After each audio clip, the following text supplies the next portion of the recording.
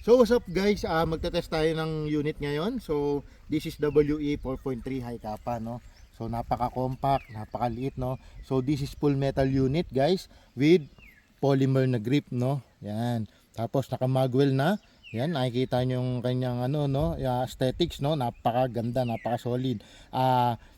Naka fiber optics front and rear sight na siya. So yan, no. May under rail for attachment, no. No? Ang ganda ng kanyang custom trigger, no. So yun, kabit natin yung kanyang high kappa magazine which is 30 rounder, no. So yan, test fire natin, yun yung target natin, no.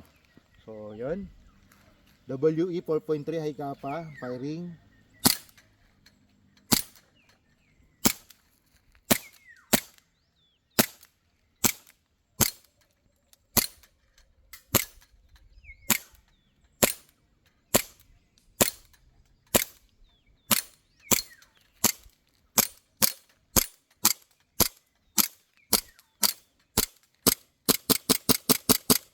So yun, no, napaka solid.